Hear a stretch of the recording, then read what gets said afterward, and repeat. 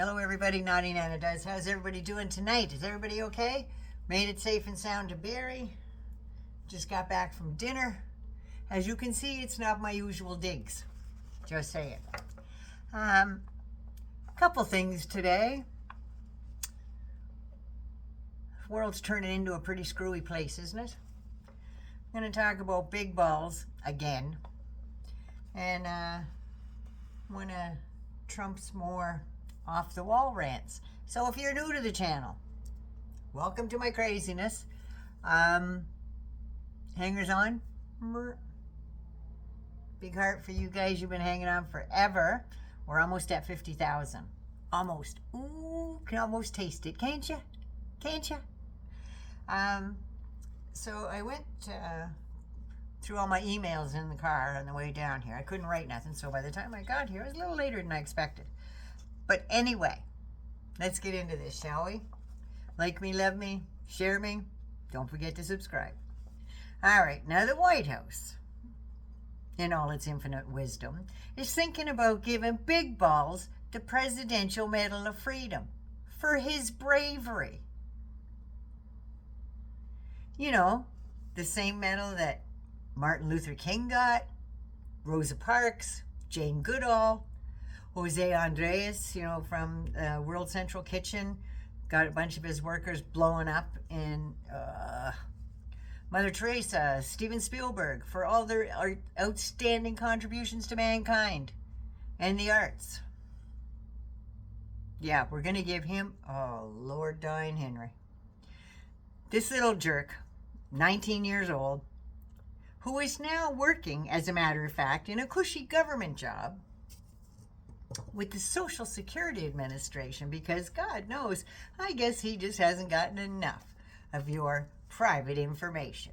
Now he's doing it full-time with a better pay. Because of the high caliber of White House reporters that there are in the briefing room nowadays, the likes of Benny Johnson, you know who this fool is? He's one of the guys that was roaming around with that alligator Alcatraz hat on, selling merch.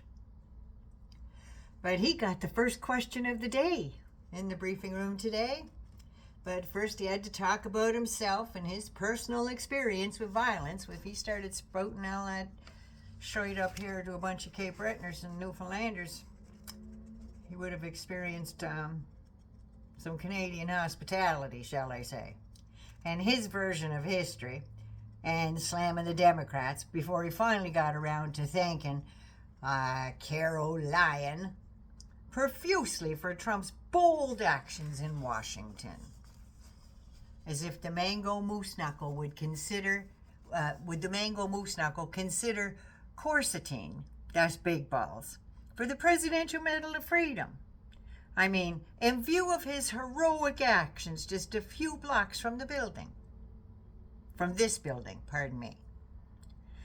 And Carol Lyon says, perhaps it's something he would consider, which means, translates to, yeah, we'll probably do that. I should have got a Sharpie or something and drew a happy face on this cup or something. It's pretty bold. Bold, white, stark, yeah. So yeah, perhaps it's something he would consider. Like I said, he's considered it.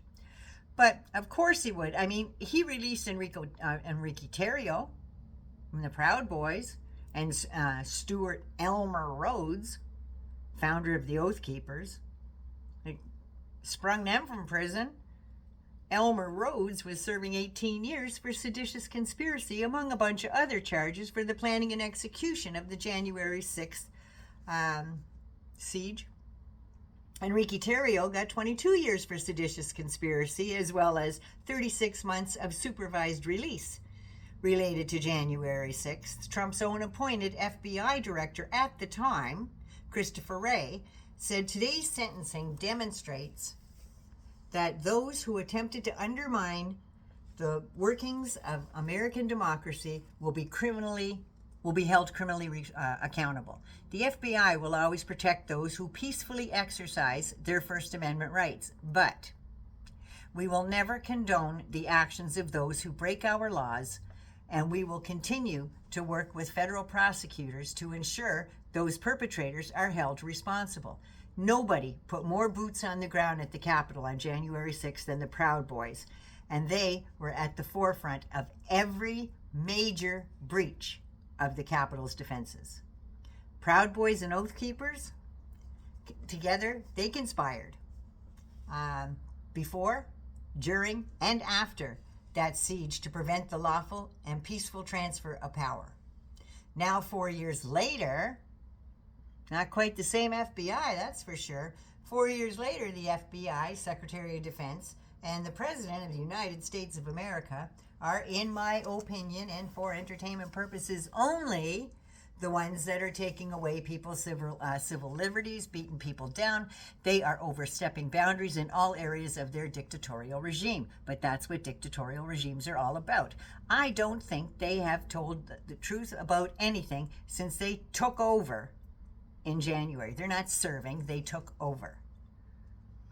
They are literally taking food out of the mouths of kids, seniors, and veterans and telling you what a great job they're doing, because everything's great. If you don't like the message, wait an hour. It'll change. This is the most inconsiderate, unlawful, cruel, hateful, and greedy get-rich-quick bunch that has ever stepped foot in the White House Oval Office or any other department in the United States federal government. I can see Bingo Bongo Bongino there leaving, and I wouldn't put it past them to put Elmer Rhodes stepping in his place. Because one thing he did have was organizational skills, and that's one thing that Bingo Bongo doesn't have.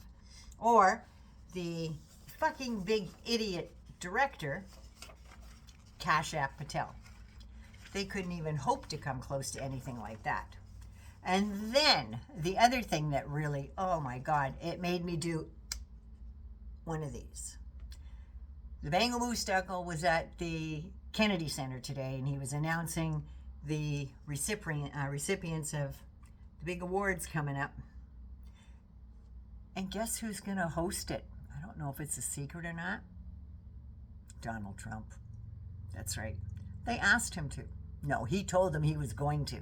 Just like he said he would be the chairman of the board, no need to take votes. That's the way it's going to be. And it's changing to the Trump Kennedy Center. At least they're keeping the Kennedy name. I guess that's something, right?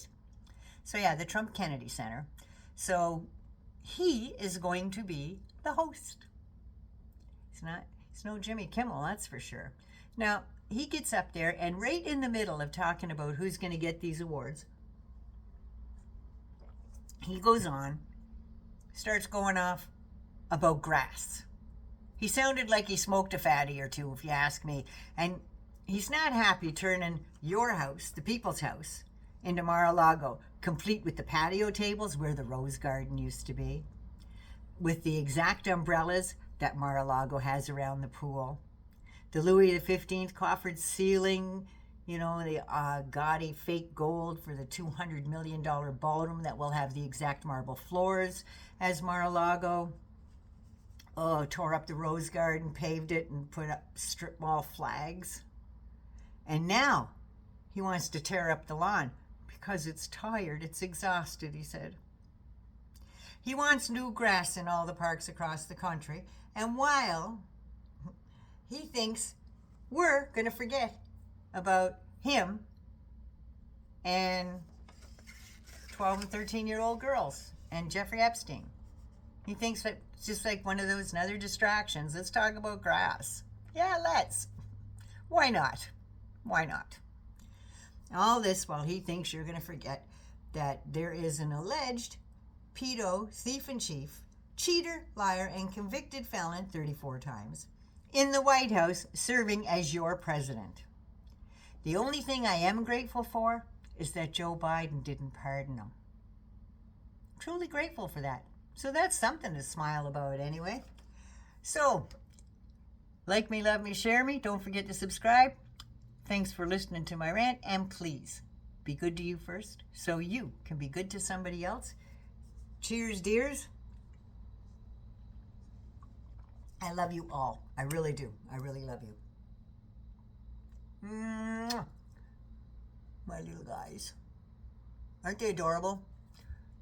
Soot sprites. Okay, 99 loves you. Take care of you. Bye.